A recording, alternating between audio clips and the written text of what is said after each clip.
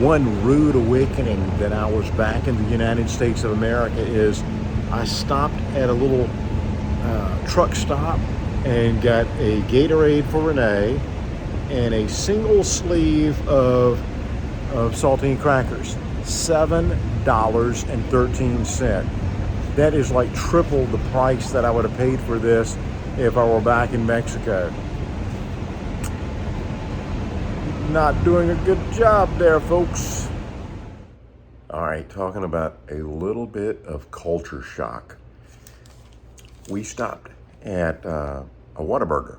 Now, that was a big thing for me coming back into Texas. Wanted to take my grandson to a Whataburger. Yeah, that's a good burger there. And so he and I went in. I'm looking at the receipt right now.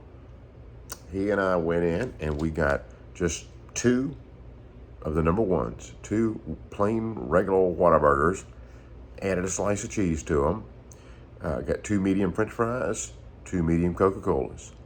That's it. Now, here's where the culture shock comes in. Do you remember back in when we were in Nueva Vallarta and we'd go there in Valley Dorado to a little hamburger stand called Robin's, and there are plenty of videos we showed you of getting those burgers there. Man, cooked right in front of you. Burger, French fries, and a Coke. And Renee and I would go there, and we'd walk out, and it cost like $8, anywhere from $8 to $10 for the two of us. Fast forward, just 6 months here to Texas, and a Whataburger, two of them, two medium fries, two medium Cokes, $21.74. That's over double the price. There's a problem here.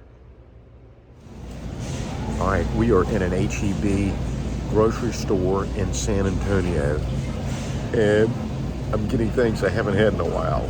We're getting some cake with icing on it, which we've had this in Mexico. It's just that in the USA, they put a lot more sugar in them, and it tastes good.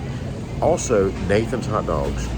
Haven't had Nathan's hot dogs in 6 months, and that's the only kind of hot dog you need to have. Hebrew Nationals are also good, but Nathan's are better. And so we got us some hot dogs, and things are looking good. Not everything, but most everything that I'm seeing in the grocery store is quite a bit more expensive here than it was in Mexico. And I'm not trying to build Mexico up as being all so great and all of that, but come on, with the buying power in the United States of America, come on, we can do better than this. Now, that's not something that we saw in Mexico. Dolly Parton's Southern Style Banana or Southern Style Coconut Cake by Duncan Hines.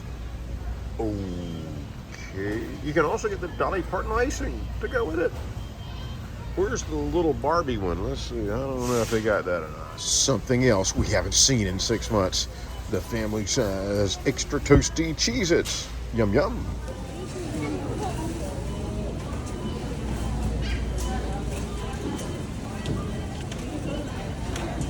Okay, anybody want to venture a guess as to how much this is going to cost? I know that in Mexico, I don't know.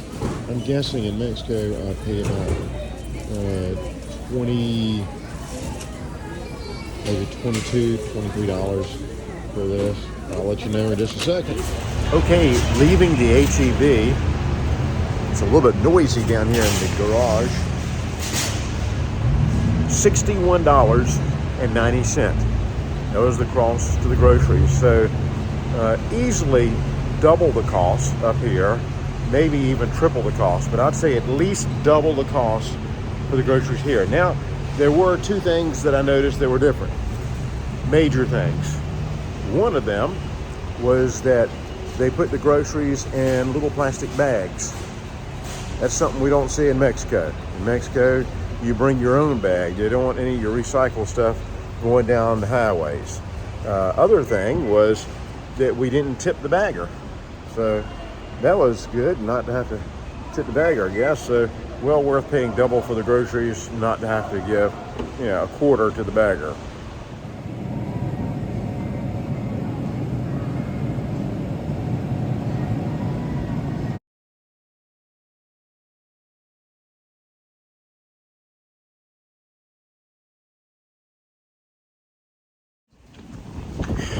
ask about things that surprise you being back in the USA. One thing that surprises me that I wouldn't have thought it would, because I'd never realized that it was an issue, is, you know, when you're at a restaurant and they take your credit card and they go back somewhere and they charge your credit card and bring it back to you and you sign the little piece of paper. Well, in Mexico, that never happens. They bring a little Wi-Fi machine to the table and with a secure network, and they take your payment right at the table so that you're able to see the data being entered in and do it right there. So come on, USA, we can catch up on this. Let's bring the little machines to the tables. We've been in restaurants where, you know, it's not like there's only one little machine. They've got multiple machines going out to different tables and doing what they got to do. We can do this too. Okay, the last one for this culture shock video. And hey, look, if I'm offensive in any way to anyone, I am so sorry. I'm not trying to offend you. I'm just telling you what I see. So this is the last one for this video.